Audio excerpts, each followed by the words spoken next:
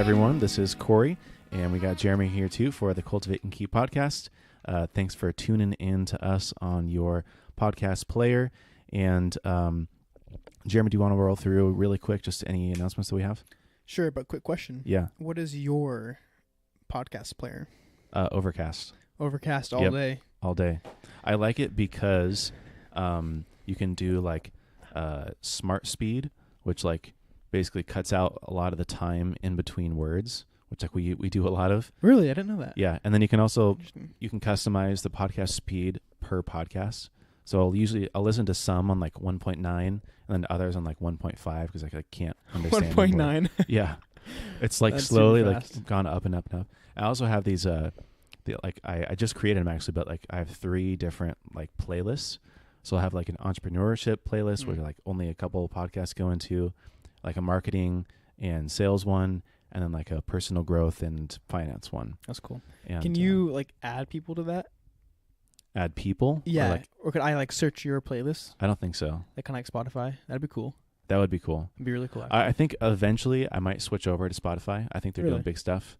And maybe probably like by the end of the year, I think they'll be a big competitor to even like iTunes. But for now, they don't have like all the bells and whistles. But I use Spotify for everything else, like songs and other stuff.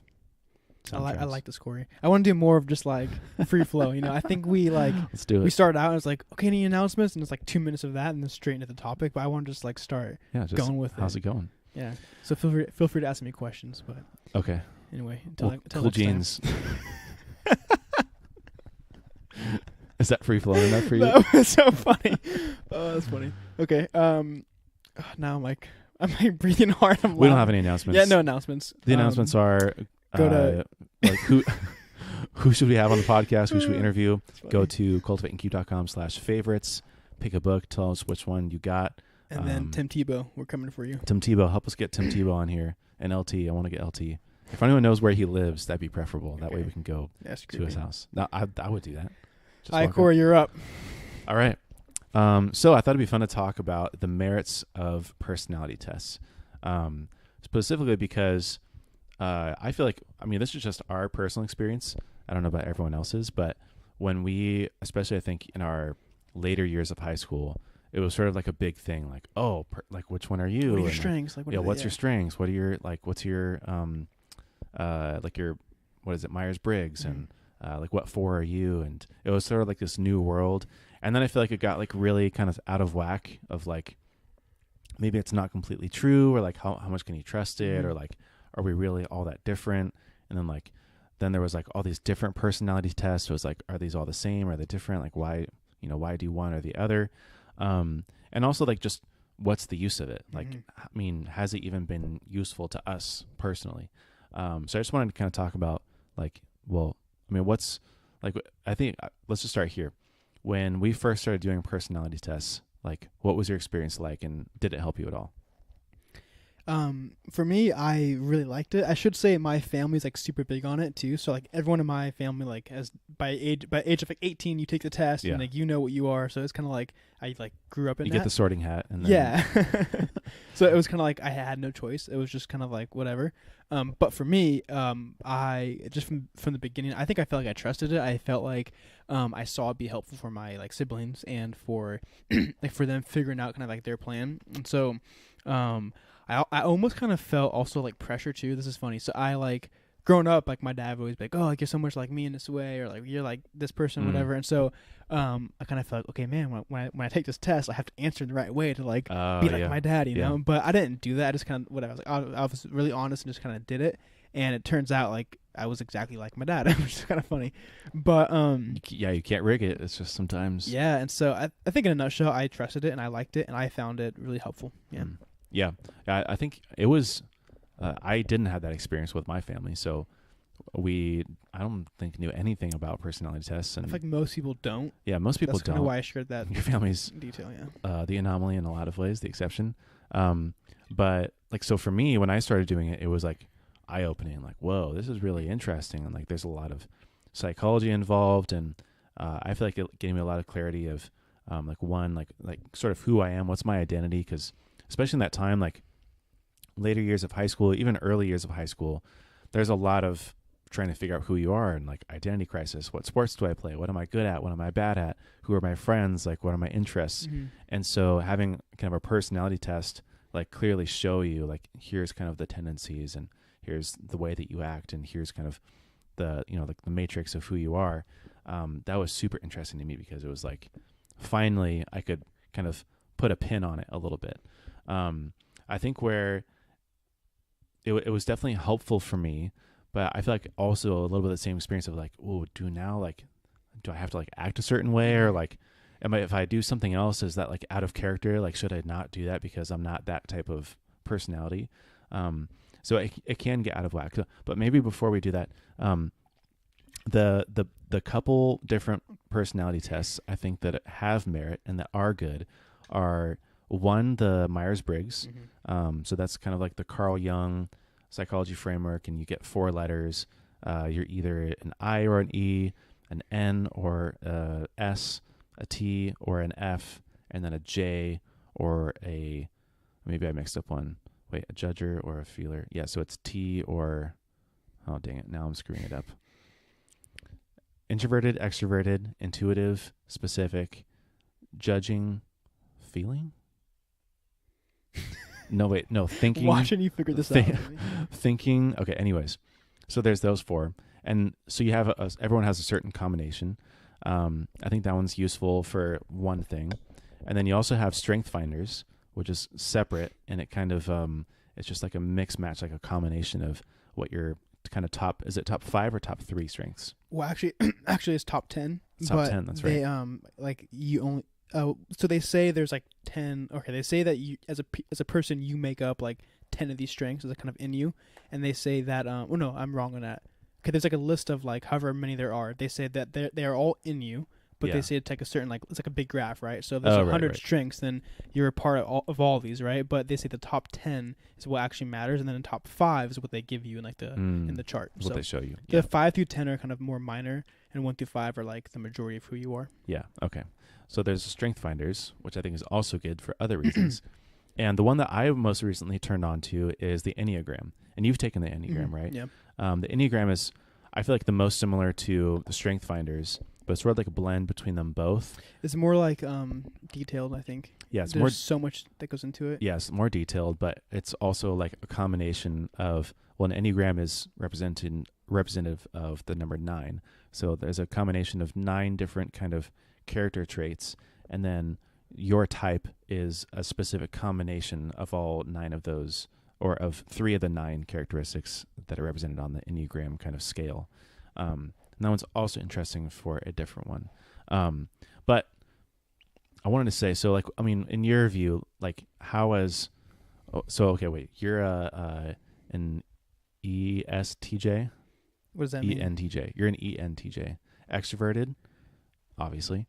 Intuitive, so you're like a big thinker rather than specific, which is like kind of detail oriented. You're a thinker, so like very logical.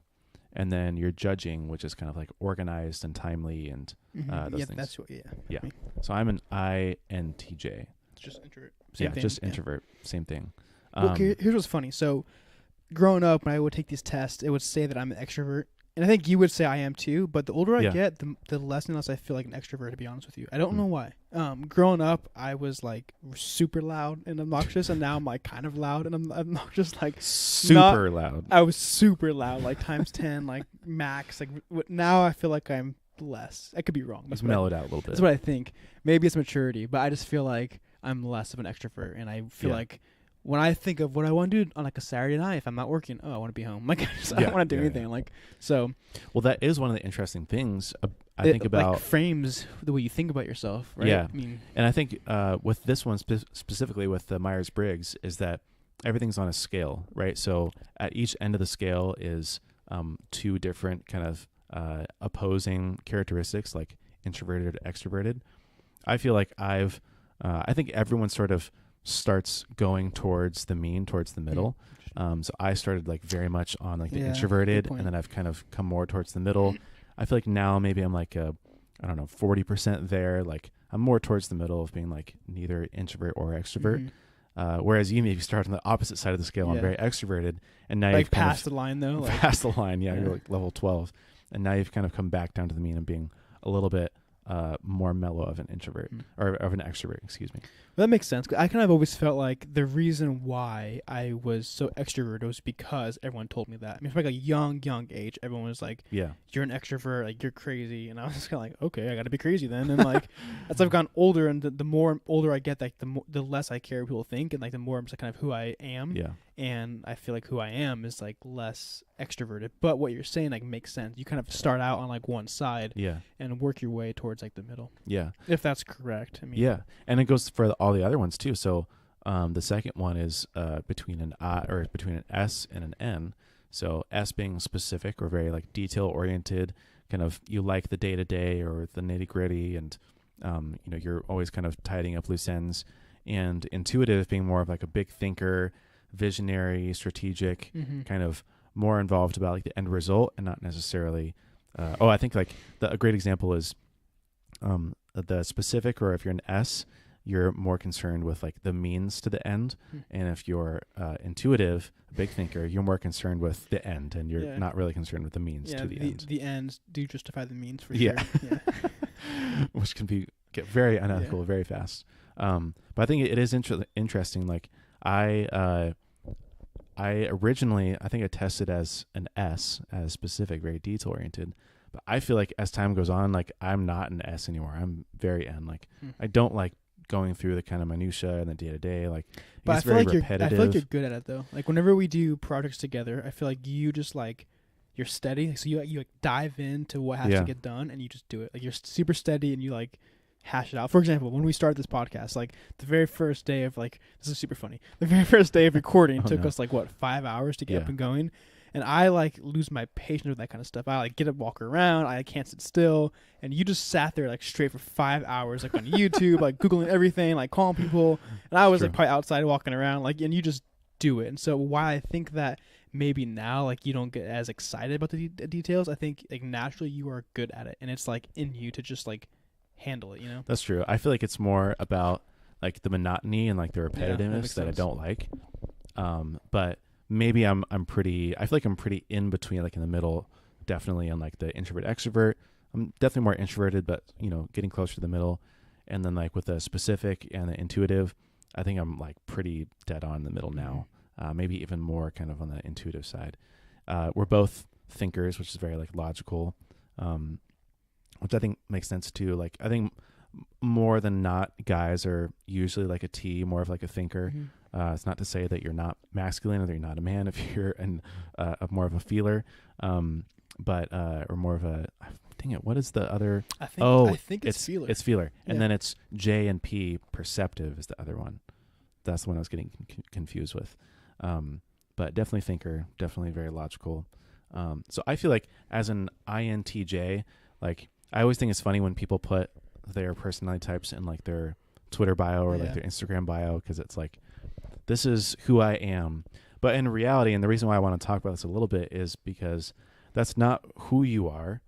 That's just a reflection of who you are. And it's a close reflection, but it's not exactly.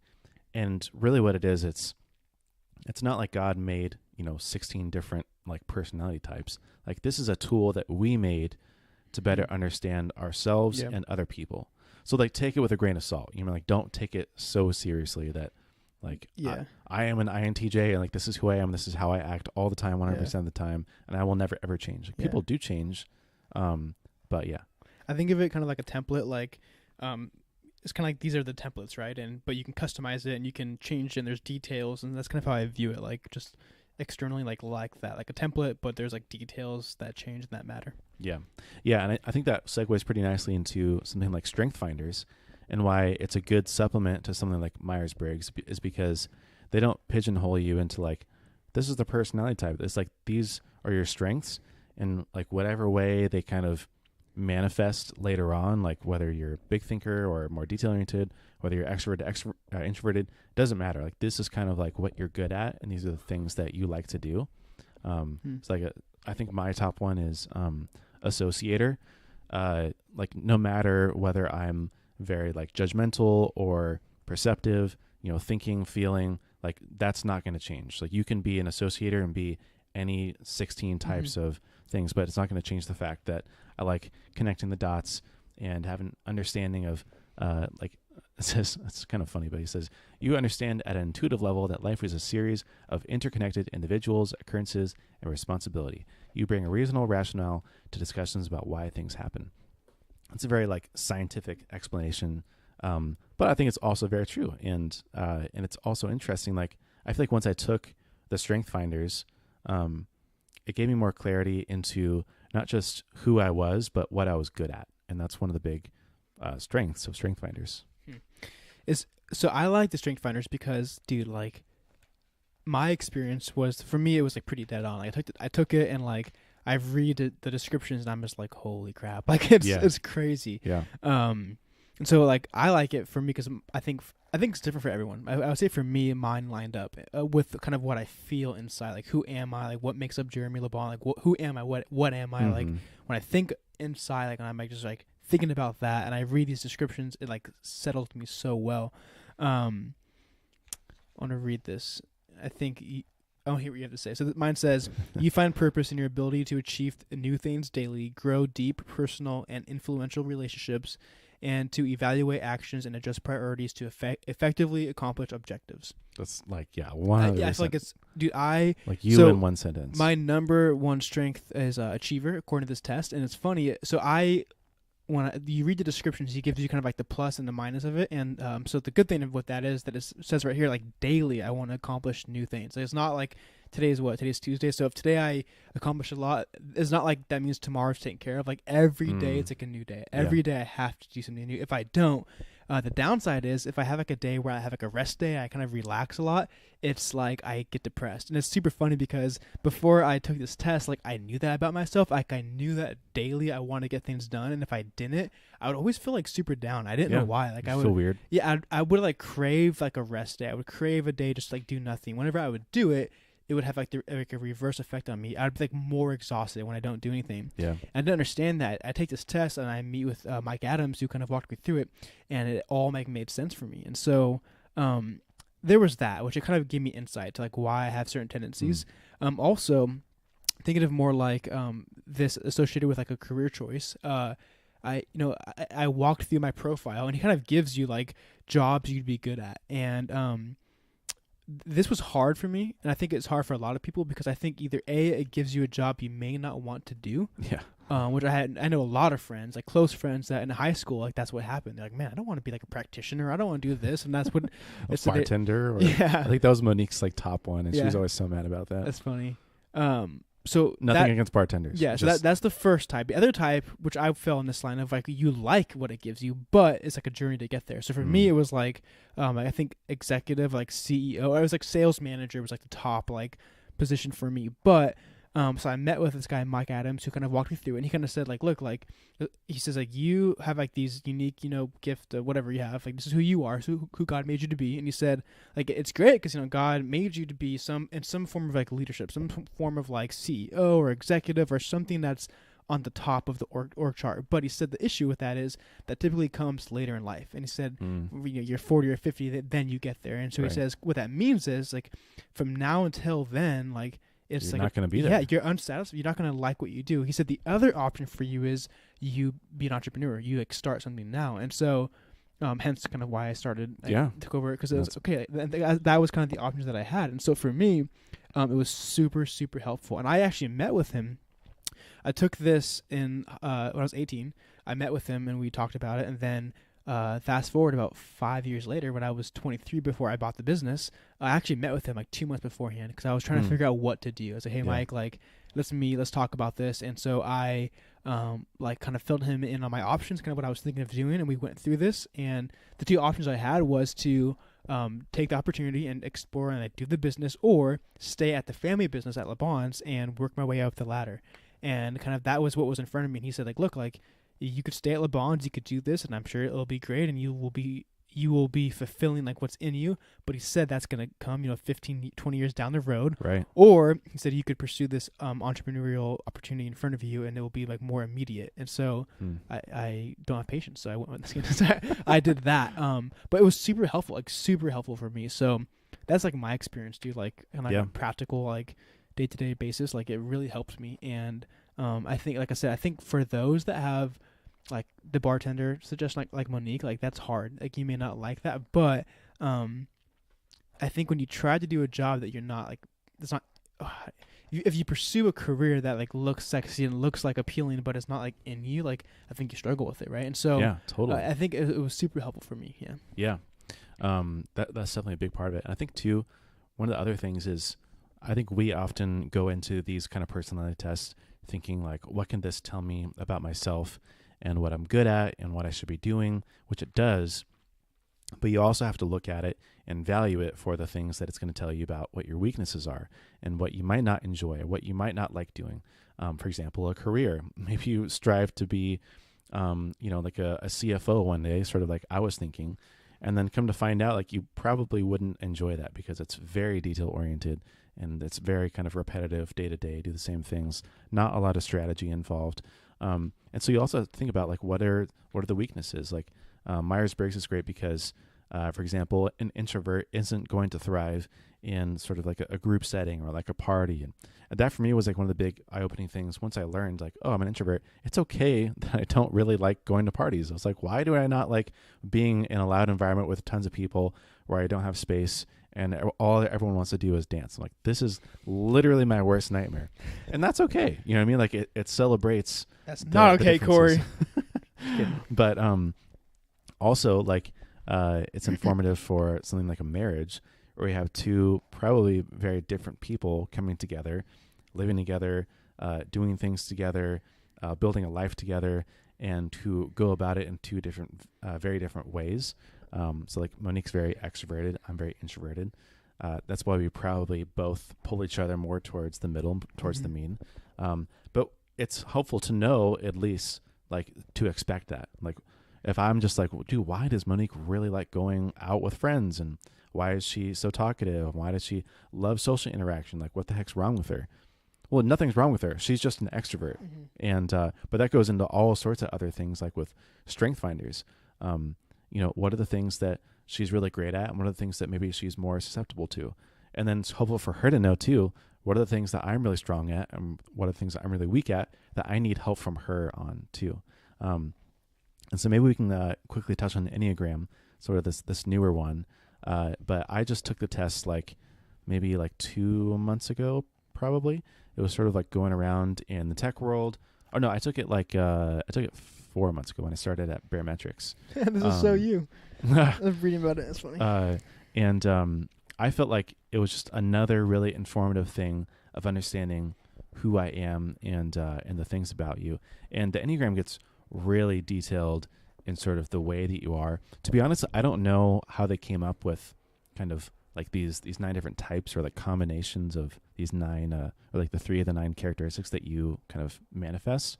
But I feel like the Enneagram of any of them is the best like kind of overall representation of you, and also is the best at representing your weaknesses. Oh yeah. And the things that you need help as. Specifically, like a type 1 in their weakness can look like another type when they're not like kind of functioning in their best environment. Or they doing call the it same. like the your unhealthy self and then the healthy self, right? Yeah, I think. yeah, exactly.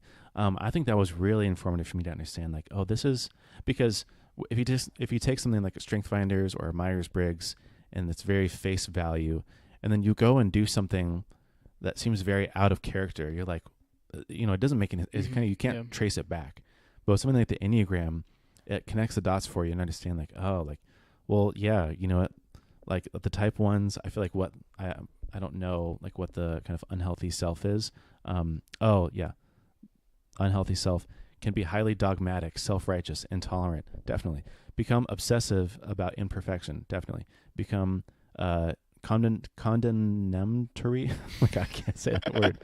Condemnatory. Oh gosh. Anyways, you condemn people towards others, punitive and cruel to rid themselves of wrongdoers. Like it was like, wow, like this is a really scary version of myself that I really don't want to get to. And so the Enneagram is a great representation of like the light side and the dark side of you. Yeah, I think I liked it because it was like overwhelmingly detailed, like to the point to where I like didn't know what to do. Like there's so much you can read about like that. I think the healthy and unhealthy side of you and kind of how they all like intertwine and connect is interesting. Yeah. And I think it's like dead on. Like for you, like you're number one, right? Yeah. So that means you are rational, idealistic, principled, purposeful, self-controlled, and a perfectionist. And I think for the most part, that would like make up, from what I could tell, who you are, you know. And so I think that is like pretty dead on. It's helpful. Mine was number 3, which it says is the achiever. I didn't know that was the title, but it says success-oriented, pragmatic, adaptive, excelling, driven, and image conscious. And I think, yeah, like for the most part, that's who I am.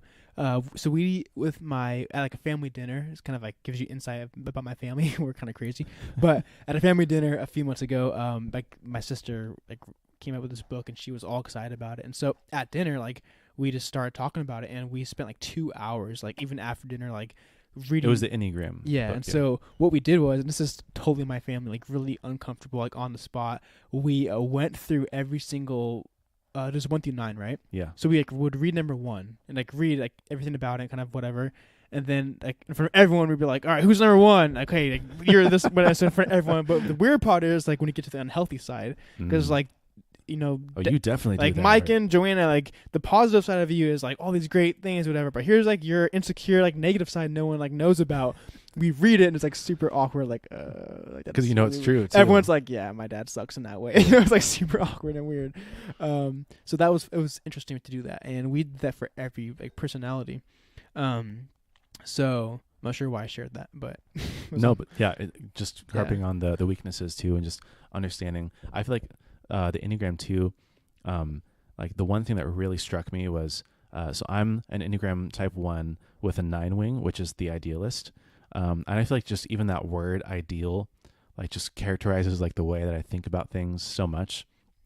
One of the things that I always think about that like after I read this was like, this is so true, is because, like whenever someone tells me like, okay, we can either do this or do that, I'm always like, how can we do both? Like, I want to be able to do, like, let's go, like, how can we fit the most into this day? How can we, like, achieve this and this? How can we please this person and that person?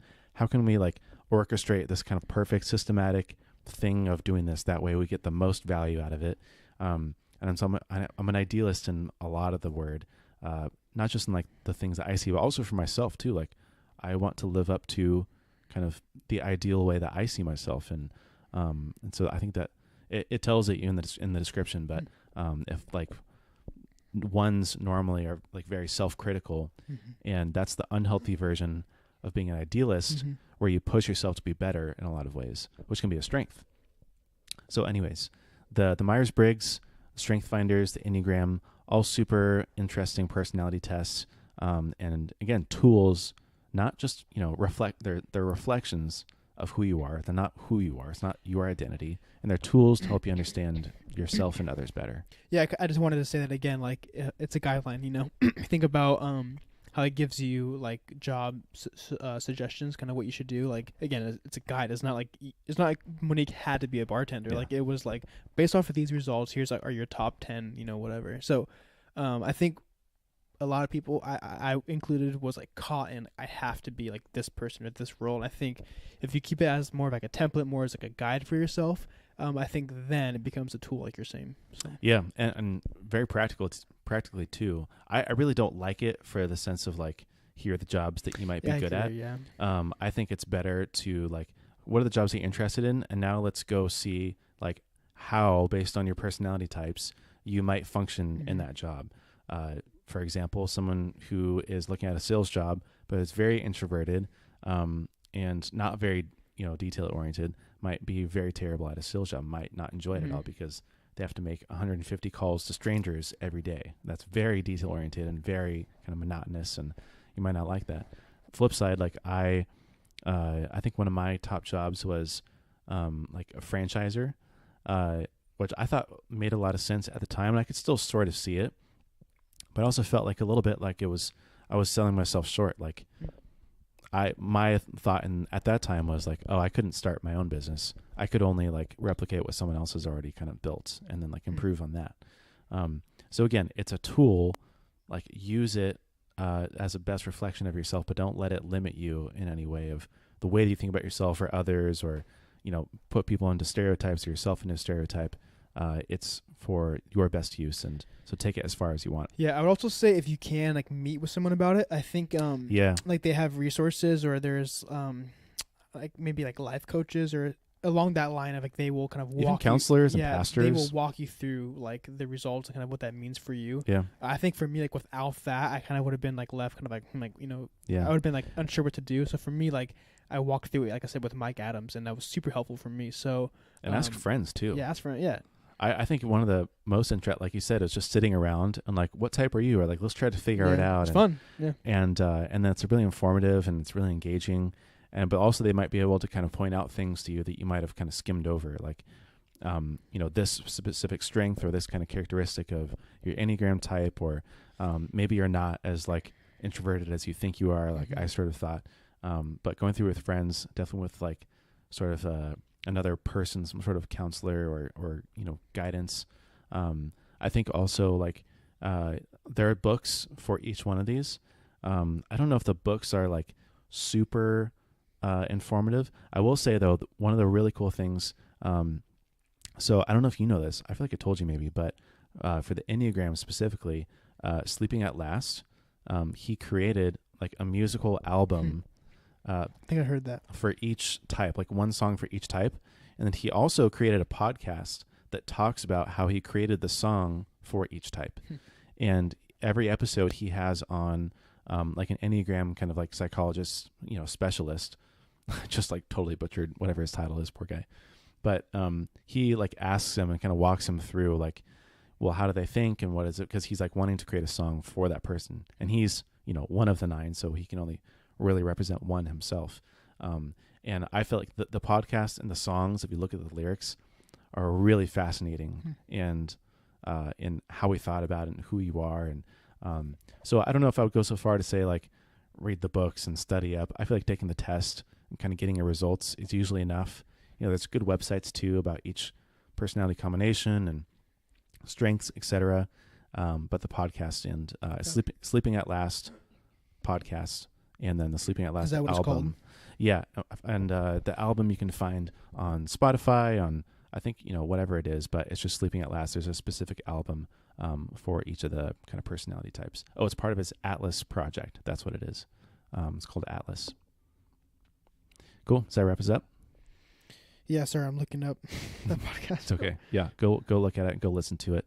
I think each one's like 45 minutes. Oh, and it's cool too because he will he'll like go through the song once. He'll play it on a podcast, and then he'll like kind of cut out bits and pieces and talk about each line or part specifically. Even like the musical instruments that he uses. I mean, the guy's like a musical genius, and so he takes I think I forget which one, but there's one Enneagram type that's like kind of tidy, and like it mentions how like they usually can be found like, I don't know, like sweeping or like a broom is kind of like a good representation of like the personality type.